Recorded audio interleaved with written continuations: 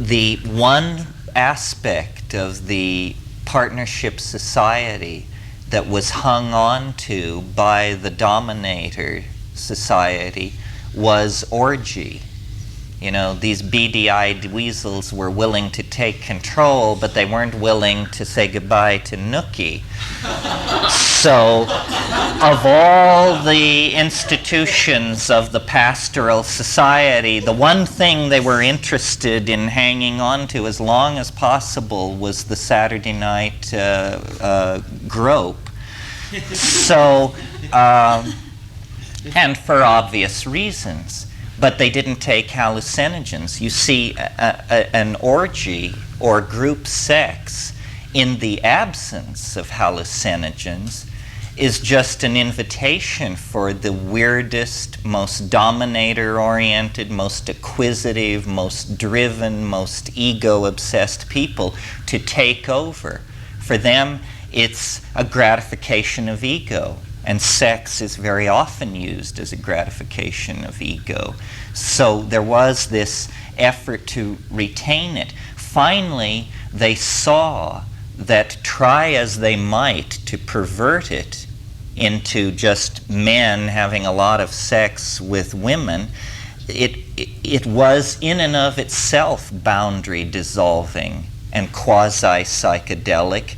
And so very reluctantly they decided that has to go too, and then created the modern kind of bonding, which is basically that men own women. I mean, that's what it boils down to. Monogamy is not really an issue here. There may have been monogamy in these societies, except that there was permission for the dissolving of all boundaries. That's what was important.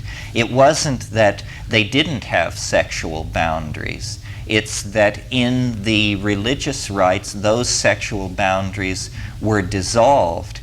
Monogamy is a model for relating to the other through intense involvement with one person. Whether or not you have one or many sexual partners seems to me more a stylistic thing. We connect relationship to sexuality so intensely that we can't conceive of separating them. Yet in Tantra, as classically practiced, you know, before it got into the hands of the Rainier Ale Buddhists, Tantra, there was high stress on not having attachment to the partner, you know. So they weren't advocating romantic love and partnership bonding. They were advocating a kind of analytical approach to sex, where what you're really concentrating on is internal states, but you do have to have a living partner to do this, and they are also involved in the sex act, and they are also then experiencing their own internal set of states. So I think that what I've seen in the Amazon that I really like, and to a degree at Esalen too, it's very good to take off your clothes. It's part of armoring about the ego. We do it at Esalen, and we pass each other in the baths and we see what everybody's got, but we're well behaved, and in a sense that mitigates it slightly. We're well behaved because we give each other lots of space and respect. In an Amazon tribal situation, it is pretty ribald. I mean, people say outrageous things to each other. They feel completely free to comment on, you know, your anatomy, how you're carrying on, what you're doing with your sex life. And so there's this kind of jovial camaraderie where we live on two levels. The level of where we know what's going on sexually, and then the level where we pretend we don't know what's going on sexually. And we are schizophrenically able to handle this. We call it sexual fantasy. You know, I have a fantasy about having sex with somebody, but I would not particularly walk up to them and begin describing this. In an Amazonian tribe, they would. You know, they just say, you know, and the oldest women are the most bawdy and obscene, and that is almost their function, you know. And once you are beyond years, you're into your older years, beyond where you are actually a potential mate or conceivably desirable as the mother of anybody's child, well, then what your function is to just go around and dig at everybody. And the male ego cannot tear loose in this situation, because these hags, these old women, have put-downs that would shrivel a flagpole, you know.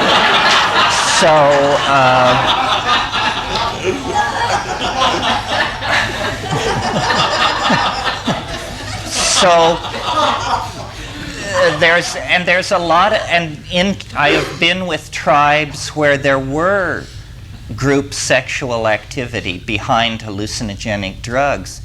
Well, everybody gets it back together by Monday morning, but if by Monday afternoon somebody's wife has been seen in the bushes with somebody else, this is a huge issue. The guy is completely furious. Why didn't you wait till Saturday night? What's the matter with you? You know, you're shaming me. Everybody thinks I'm a jerk. You couldn't wait till Saturday? Is that it? You're just a slut. This kind of thing. So you see, it's all in the mind, this stuff about propriety and property and when and where and how.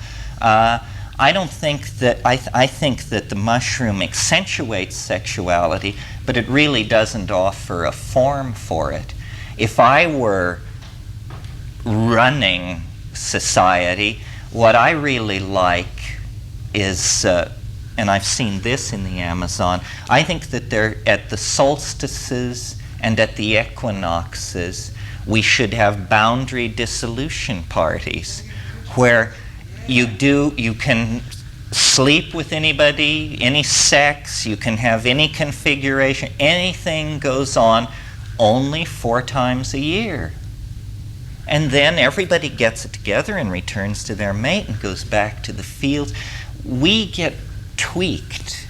You know, we think, I don't know, we are obsessed and possessive. We all are possessive. We can't just let it go, you know. But what I see in these societies where there are periodically a group decision to dissolve boundaries and a group agreement that the boundaries will be reestablished, then everybody gets to act out their fantasy with no blame. And usually, you know, acting out a fantasy is the very best thing for depotentiating it and having it release its hold on you. And then you can return to the life that you really chose, whatever it is, and be content in it. We ask so much of ourselves and mistreat ourselves so badly in these areas, and we in almost all our sexual negotiations, somebody loses, you know? And it shouldn't be like that. It's all in the head. There's a way to rewire it so that it's always a win-win situation. And that doesn't mean tilt toward monogamy or promiscuity or anything else. It just means being a little more out front about who we all are and what we really want, and you know, how we define commitment. I mean, I grant you that it's easier with a rainforest tribe of 70 people who have birthed each other's children and buried their dead and shamanized and hunted and taken drugs together and so forth and so on. But nevertheless, we all have our affinity groups, and And if we put a lot of time into this, this could be a part of things. This is very threatening to the dominator culture because, no matter what is said, what's really going on inside the dominator culture is that women are property. And in a way, the whole psychedelic celebration that we've been involved here this weekend is a celebration of the feminine. The partnership society of prehistory was a celebration of the feminine. Now, we tend to think in terms of gender divisions and to think that if you are praising the feminine, this is a knock on men. This is very silly. The great division between the masculine and the feminine is not the division between men and women. The division between the masculine and the feminine is the division between human beings and plants. We are all solar, Apollonian, masculine, yang creatures. Being a creature is to be that. And then what we're trying to reach back to is the vegetable matrix. What makes half of us more feminine than the other half is not the configuration of the genitals, but the biological setup for birth. Women give birth. Birth is the quintessential boundary-dissolving experience. Very few women, and certainly very few women in primitive societies, can evade this. Women have a lot of children in primitive societies. They give birth over and over again. Birth destroys and dissolves boundaries and puts you up against the mystery. And this is why women, by and large, are more in touch with what's going on. Not because they're better, not because they made a choice, but because the way in which they are welded into the larger processes of the world necessitates boundary dissolution, where, a truly uptight male can probably manage to go from birth to the grave without ever experiencing boundary dissolution.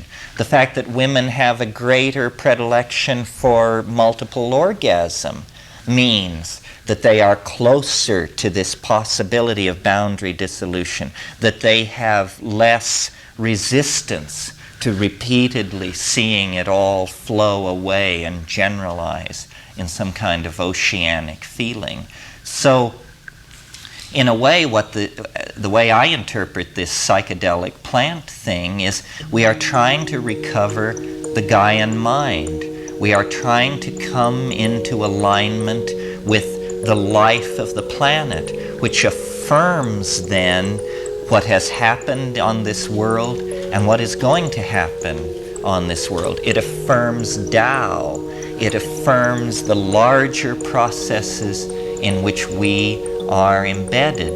This is what it means to hang loose and cool out.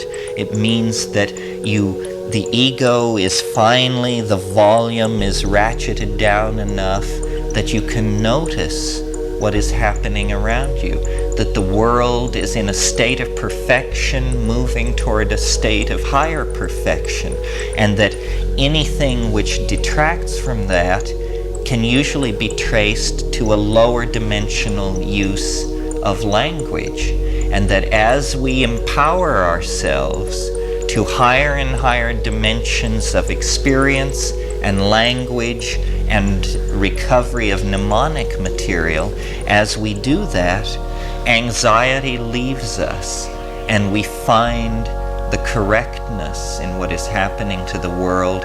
We accept the falling away of everything that we call the past, and we accept then the inevitability of the adventure that being in the future then represents.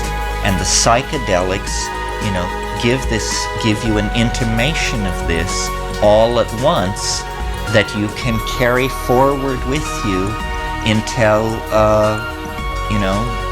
you also return into the earth, and your organizational intellect cuts the deal with the tykes that they've been wanting to make in all those trips, and then at last, you can go off with them into the hyperspatial ecology of souls, of which we have had simply the dimmest flickering intimation.